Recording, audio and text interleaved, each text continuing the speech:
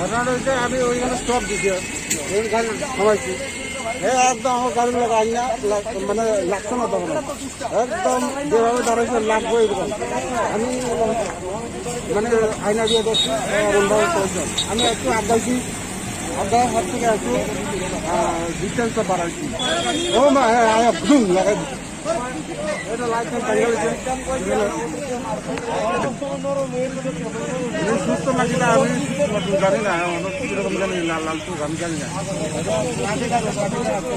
একবার ট্রাফিকে লাগাই দিতে আসলো বাঘটা তারপরে তারা ওই ওয়ারলেসে কেমনে কেমনে ইয়ে করে